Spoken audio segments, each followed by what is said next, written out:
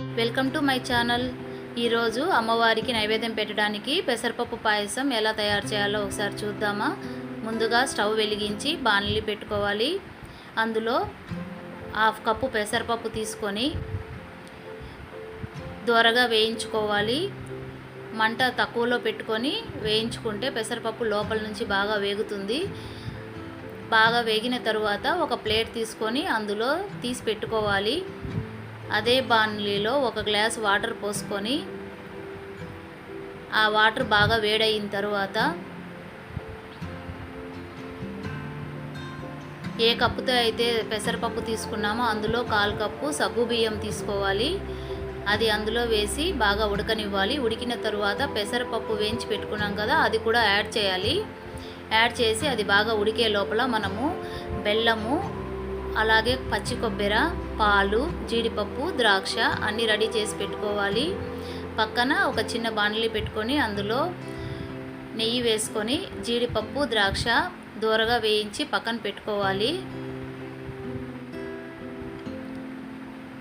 దోరగా వేయించి పక్కన పెట్టుకున్న తర్వాత ఒక చిన్న బౌల్ తీసుకొని అందులో 2-3 టేబుల్ స్పూన్లు బియ్యం పిండి తీసుకొని వాటర్ వేసి కలిపి పక్కన పెట్టుకోవాలి.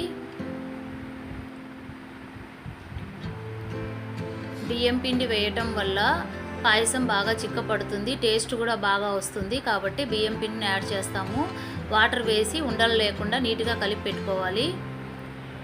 పెసరపప్పు, సగ్గుబియ్యం బాగా ఉడికిపోయిన తర్వాత ఫస్ట్ బియ్యం పిండి కలిపి పెట్టుకున్నాం కదా, ఆ బియ్యం పిండిని అందులో వేయాలి. ఆ బియ్యం పిండి బాగా ఉండలు రాకుండా కలుపుకోవాలి. ఫాస్ట్గా కలుపుకున్న తరువాత బెల్లం తీసుకున్నాం కదా, పెసరపప్పు తీసుకున్న కొలతకి 1.5 కొలత బెల్లం తీసుకోవాలి. ఆ బెల్లాన్ని కూడా అందులో వేసి బాగా కలుపుకోవాలి. అది బాగా కలుపుకున్న తర్వాత తురిమి పెట్టుకున్న పచ్చి కొబ్బరి అందులో యాడ్ చేయాలి.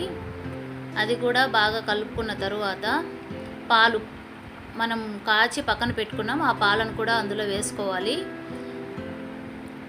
మంట తక్కువలోనే పెట్టుకొని నీట్గా బాగా కలుపుతూ ప్రిపేర్ చేసుకోవాలి.